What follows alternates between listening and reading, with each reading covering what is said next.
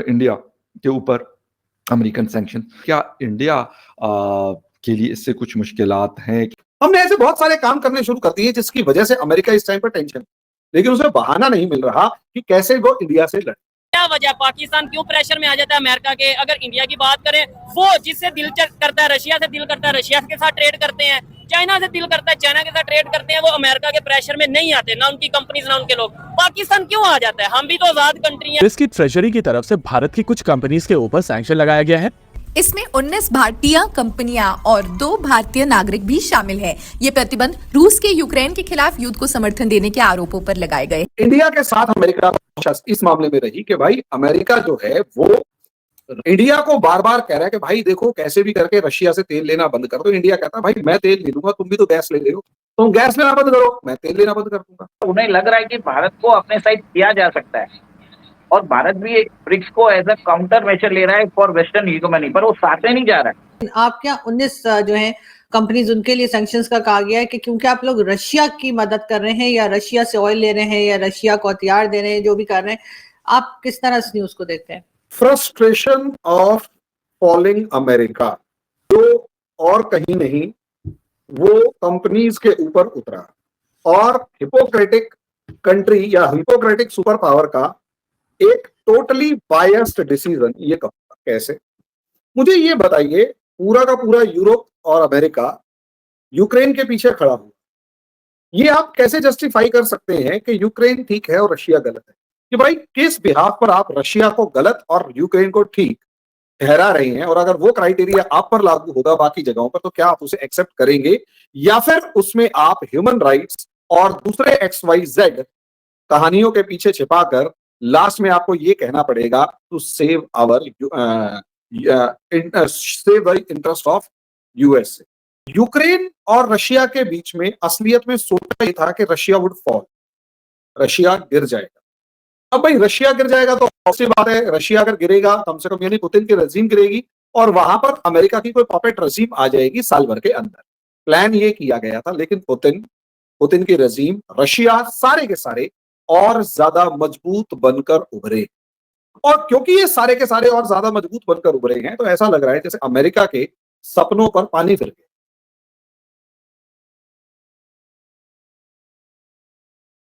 जब अमेरिका ने सर्च करना शुरू किया या रिसर्च किया या सोचा या देखा कि भाई अल्टीमेटली रशिया के पीछे ऐसी मजबूती क्या है जिसकी वजह से रशिया गिरा नहीं, तो पता लगा भाई चाइना तो रशिया के पीछे जाना ही था, वो तो अमेरिका का दुश्मन है, इसमें कोई दो राय नहीं।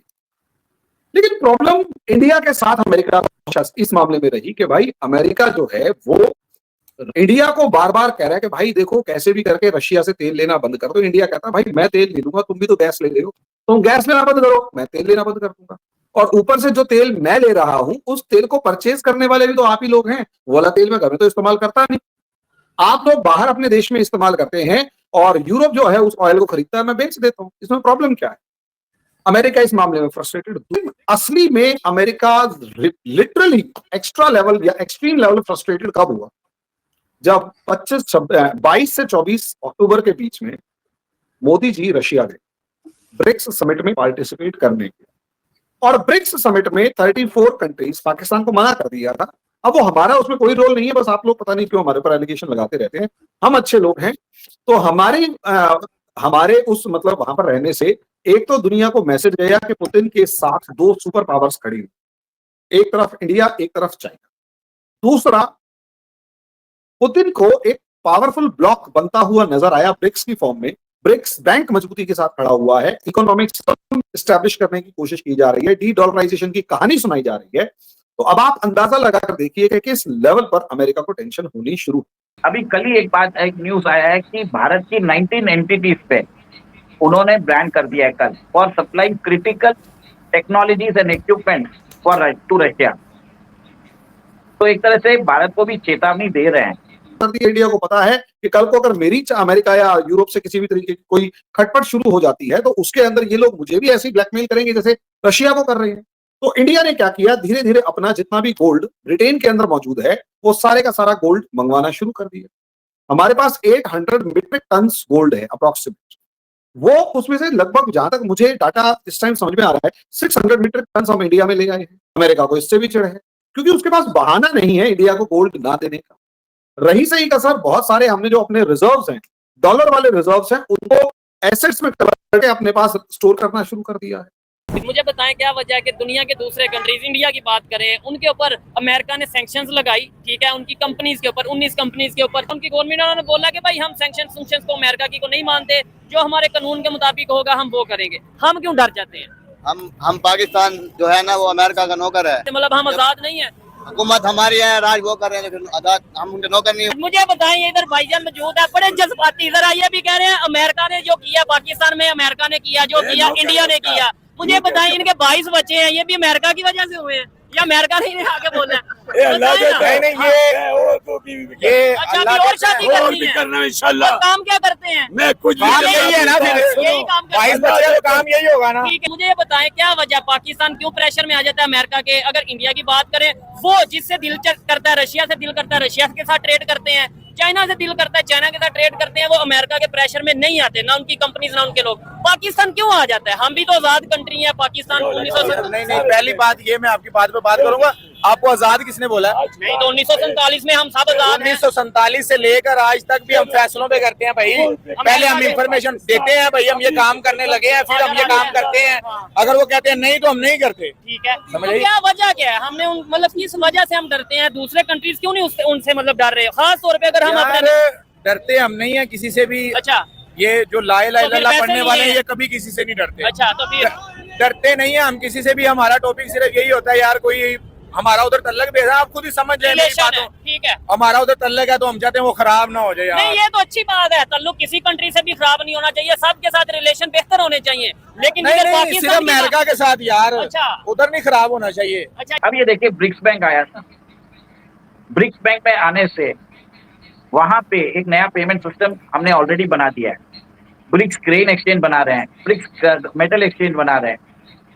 तो trading and settlement of international trade finance will happen in local currencies, जिसको बैक किया जाएगा गोल्ड से। तो इसमें क्या होगा कि America will not be able to print dollars at its wish. उसका कोई डॉलर लेगा नहीं। आज जैसे आपको करेंसी कन्वर्शन कराना है तो $200 पे 6.25% आपको देना पड़ता है, तो एक ट्रांजैक्शन कॉस्ट खत्म हो जाता है। सेकेंड, अभी आपने देखा होगा कि स्विफ्ट मैसेजिंग सिस्टम होता है। मैं ये समझाना चाहता हूँ अपने दर्शकों को कि आप NEFT और RTGS करते हो अपने बैंकिंग इंडिया में बैंक्स में, वो भी मैसेजिंग पे चलता है। उसका जो फंड ट्रांसफर होता है वो 2-2.5 घंटे बाद होता है। और आपने UPI यूज किया है, UPI में फंड इंस्टेंटली ट्रांसफर होता है। जो ये ब्रिक्स मैसेजिंग सिस्टम रहेगा और ब्रिक्स पेमेंट सिस्टम होगा, उसमें आपके फंड इंस्टेंटली ट्रांसफर होंगे। मतलब आपको मॉस्को से मुंबई अगर फंड भेजना है तो मात्र 1 मिनट के अंदर आपके फंड आ जाएंगे, कि वो भी उसमें कन्वर्शन चार्जेस नहीं रहेंगे। तो आप सोच लीजिए कि American bank, American financial institution सिर्फ ये डॉलर कन्वर्शन से आपसे 2 बार आपसे पैसा लेते थे। पहले आपकी करेंसी से डॉलर में कन्वर्ट करना, डॉलर से फिर बाद में रेसिपिएंट कंट्री में करना। अब इसको हटा दिया हमने। सेकेंड, हमारा जो डेटा उनके पास जाता था कि हम क्या इंपोर्ट कर रहे हैं, क्या एक्सपोर्ट कर रहे हैं, किस प्राइस में कर रहे हैं, वो सब डेटा उनके पास चले जाता था। तो उस डेटा को लेके वो हमें आर्म ट्विस्ट करते थे कि आप ये चीज करिए, वो चीज मत करिए। वो डिसाइड करते थे हमारी पॉलिसीज इस डेटा को। तो उन्हें लग रहा है कि भारत को अपने साइड किया जा सकता है, और भारत भी एक ब्रिक्स को एज अ काउंटर मेजर ले रहा है फॉर वेस्टर्न हीगोमनी, पर वो साथ में नहीं जा रहा है। भारत उधर से भी एक बैलेंसिंग एक्ट कर रहा है, वो वेस्ट के साथ भी रह रहा है और ब्रिक्स में रह के अपने आप को प्रोटेक्ट भी कर रहा है, ताकि वेस्टर्न नेशन उसके ऊपर सैंक्शंस नहीं लगा सके। ये चैनल सब्सक्राइब करें और मेरे हर अपडेट आपको मिले, इसके लिए बेल आइकन जरूर दबाइएगा। आप सभी को मेरी ढेर सारी शुभकामनाएं।